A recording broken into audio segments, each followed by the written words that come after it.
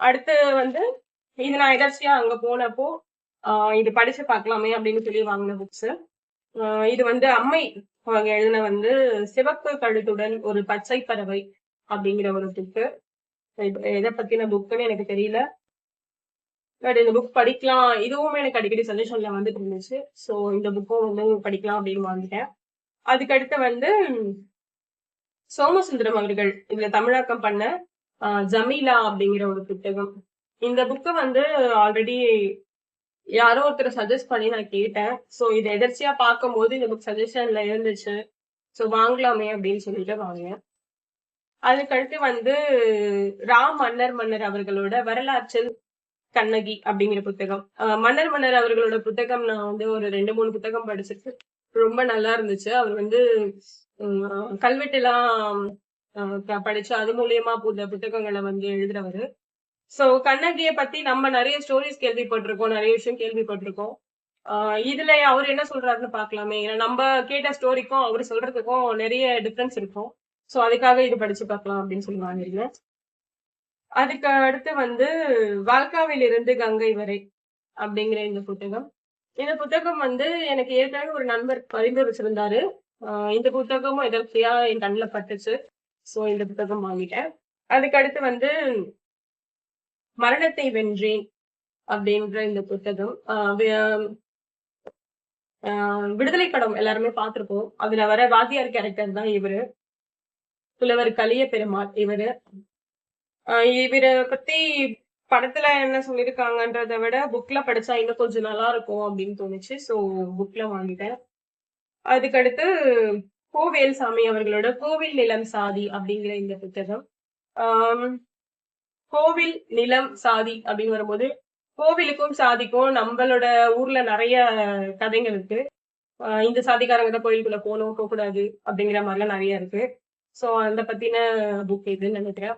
இத படிச்சுட்டு என்ன புக் அப்படின்றதுல சொல்றேன்.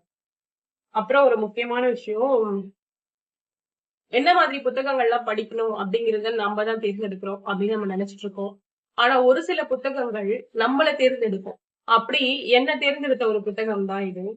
ஆஹ் வசந்த் மூன் அப்படிங்கிறவர் எழுதி இது தமிழாக்கம் வந்து கோவிந்தசாமிங்கிறவர் பண்ணியிருக்காரு. ஒரு தலித்திடம் இருந்து அப்படிங்கிற இந்த புத்தகம். இந்த பிக்சரே வந்து ஒரு மாதிரி என்ன எடுத்து படி அப்படின்னு சொல்ற மாதிரி இருந்துச்சு. இந்த ஸ்டால வந்து இந்த புத்தகம் வாங்க ஸ்டால வந்து நான் ஒரு 2-3 வாட்டி சுத்தி வந்துட்டேன்.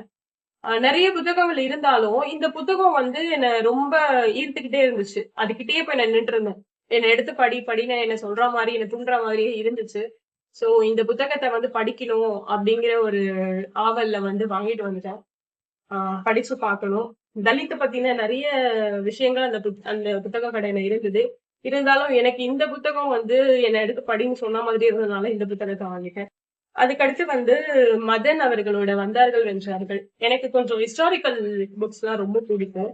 சோ அதுக்காக இந்த புத்தகத்தை நான் வாங்கியிருக்கேன். அதுக்கப்புறம் நான் லாஸ்டா இந்த புக் போனப்போ நான் வாங்கின லாஸ்ட் 3 புக்ஸ் இலங்கைய பத்தின விஷயங்கள்லாம் வந்து தெரிஞ்சுக்கணும். பட் எதுல படிச்சா டீட்டெயிலா தெரிஞ்சுக்க முடியும் அப்படிங்கிறது எனக்கு தெரியல.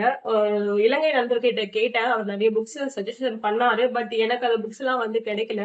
சோ நானா வந்து இந்த ஸ்டாலுக்கு போயிட்டு எனக்கு வந்து இலங்கையை பத்தி கொஞ்சம் தெரிஞ்சுக்கணும். என்ன மாதிரி புக்ஸ் படிச்சா அது புரியும். அது எனக்கு டீட்டெயிலா தெரியல தெரிஞ்சுக்கணும் அப்படின்னு கேட்டப்போ அவர் இந்த ஒரு 3 புக்ஸ் வந்து சஜஷன் பண்ணாரு. மாலதி அப்படிங்கிறவங்க வந்து எனது நாட்டில் ஒரு துளி நேரம் அப்படின்னு சொல்லி அப்படி ஒரு புத்தகம். இந்த புத்தகம் ஒண்ணு. அப்புறம் தமிழ் பெண் பொதுவெளி அப்படின்ட்டு இந்த புத்தகம்.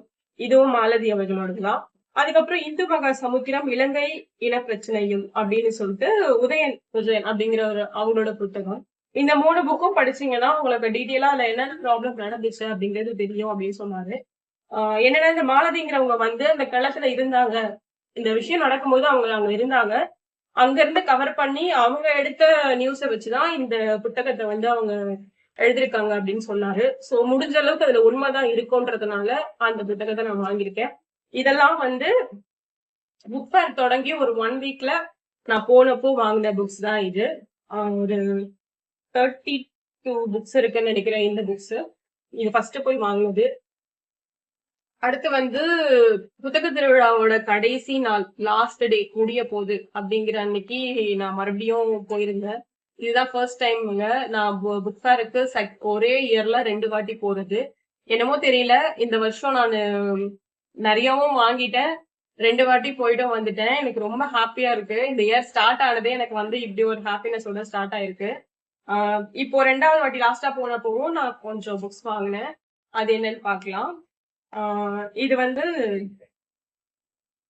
Doctor V. சந்திரசேகர ராவ் அப்படிங்கிறவரோட கருமிளகு கொடி அப்படிங்கிற புத்தகம். இந்த புத்தகத்துல வந்து பறையோட பிக்சர்ஸ் போட்டிருந்துச்சு. அதுக்கப்புறம் ஒரு சில கைகள்லாம் போட்டிருந்தது. பறை அப்படிங்கிறது வந்து நம்ம தாழ்த்தப்பட்ட மக்கள், தலித்தின மக்கள் அவங்கலாம் வந்து ரெகுலரா யூஸ் பண்ற மாதிரியான ஒரு இன்ஸ்ட்ருமெண்ட். ரொம்ப ஆம், அவங்களோட ரத்தத்திலே கலந்து போன ஒரு மியூசிக்கல் இன்ஸ்ட்ருமெண்ட்ன்னு சொல்லலாம். சோ இந்த பிக்சர பார்த்துட்டு எனக்கு இந்த புத்தகத்த படிக்கணும் அப்படின்னு தோணுச்சு. சோ இந்த புத்தகம் வாங்குனேன்.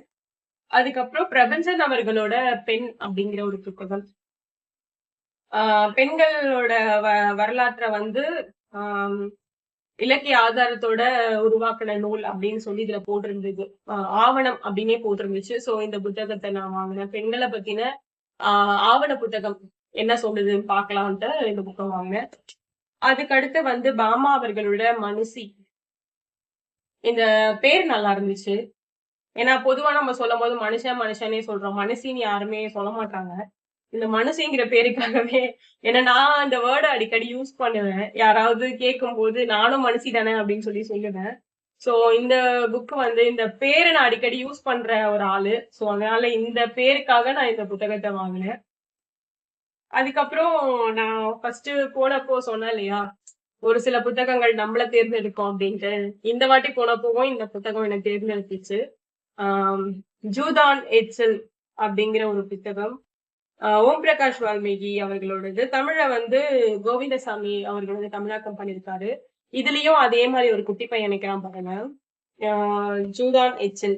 இந்த புக் வந்து அ அந்த ரேக்ல இந்த புக் ஒரே ஒரு பீஸ் தான் இருந்துச்சு. அ எடுத்து பார்த்தேன். கொஞ்சம் அழுக்கா இருந்தது அங்கங்க. இது வேற பீஸ் இருக்கான்னு கேட்டேன். இல்லவே இல்ல. இதான் கடைசி அப்படின்னு சொன்னாங்க. ஆனா எனக்கு இந்த புக் வேணும். வாங்கியே ஆகணும் அப்படிங்கிற மாரி இருந்துச்சு.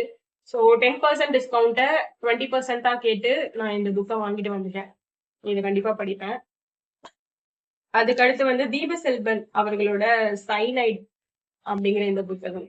இந்த புத்தகத்த வந்து ஒரு நண்பர் வந்து பரிந்துரை பண்ணியிருந்தாரு. முள்ளிவாய்க்கால்ல முள்ளிவாய்க்கால் இனப்படுகொலை இருக்கு இல்லையா? அத பேஸ் பண்ண ஒரு புக்கு. சோ இதுவும் வந்து ஸ்ரீலங்காவோட ப்ராப்ளம் பத்தின ஒரு புக்குங்கிறதுனால இதுவும் வாங்கியிருந்தேன்.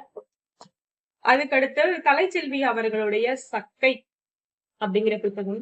இந்த பிக்சர்ல வந்து கல் உடைக்கிறாங்க இல்லையா குவாரியில, அந்த மாதிரியான ஒரு பிக்சர் போட்டிருந்துச்சு. குவாரியில கல்லுடைக்கிற மக்களுமே வந்து அம் நெறைய ப்ராப்ளம்ஸ்லாம் ஃபேஸ் பண்ணியிருக்காங்க. ஸோ அத பத்தி எனக்கு அந்த அளவுக்கு தெரியல. ஸோ அத பத்தி தெரிஞ்சுக்கலாம் அப்படின்னு சொல்லி இந்த புத்தகத்த வாங்குனேன். அதுக்கப்புறம் புதுமை பித்தனோட கதைகள். ஒரு தொகுப்பா குடுத்திருந்தாங்க. விலை கம்மியா போட்டிருந்தாங்க. ரூ. 200 அப்படின்னு போட்டிருந்தாங்க இந்த புக்கு. பெரிய புக்கு தான். ஆனா 200 அப்படின்னு தான் போட்டிருந்தாங்க. லாஸ்ட் டைமே இந்த புக் வாங்கலாம் அப்படின்னு நெனச்சேன். பட் பட்ஜெட் கம்மினால வந்துட்டேன். இந்த வாட்டி இந்த புக்கும் வாங்கிட்டேன். அதுக்கடுத்து ரா. முத்துநாகு அவர்களுடைய சுளுந்தி அப்படிங்கிற இந்த புத்தகம். இந்த புத்தகம் வந்து மன்னர் ஆட்சி பத்தி, அதோட நிர்வாக முறை, குடிகளோட நிலை, அந்த மாரி அவங்களோட சித்த மருத்துவம், அதெல்லாம் வந்து எப்படிப்பட்டது, யாரால முடக்கப்பட்டது அப்படிங்கிற ஒரு மன்னராட்சி டைம்ல நடந்த விஷயங்கள், அதுக்கப்புறம் அதெல்லாம் எப்படி தடுக்கப்பட்டுச்சு, நிறுத்தப்பட்டுச்சு அப்படிங்கிறத பேஸ் பண்ணி தான் இந்த புத்தகம். அவ்வளவுதான் நான் வாங்கின புக்ஸ். 1 இயருக்கு மொத்தமா வாங்கி வச்சுட்டேன்னு நினைக்கிறேன். மொத்தமா ஒரு 40 புத்தகங்கள் வந்து இந்த புக் ஃபேர்ல வாங்கியிருக்கேன். லாஸ்ட் இயர் வந்து நான் படிச்சது ஒரு 25, 27 புக்ஸ் இருக்கும். இந்த இயர் இன்னும் அதிகமா படிக்கணும். இன்னும் என்னோட ரீடிங் ஸ்கில்ல வந்து டெவலப் பண்ணிட்டே போகணும் அப்படிங்கிறதுக்காக நான் நெறைய புக்ஸ் வாங்கியிருக்கேன். இந்த இயர் திருப்பி புக் வாங்குவேனான்னு தெரியாது. வீட்ல உதைப்பாங்க. நெறைய புக்ஸ் வாங்கிட்டேன். சோ இதெல்லாம் படிச்சுட்டு இந்த புத்தகங்களோட என்னென்ன விஷயம் இருக்கு, நல்ல விஷயங்கள் என்னென்ன இருக்கு அப்படிங்கிறதெல்லாம் நான் கண்டிப்பா வந்து வீடியோ போடுறேன். மீண்டும் அடுத்த புத்தகத்துடன் இன்னொரு காணொளியில் சந்திப்போம். நன்றி, வணக்கம்.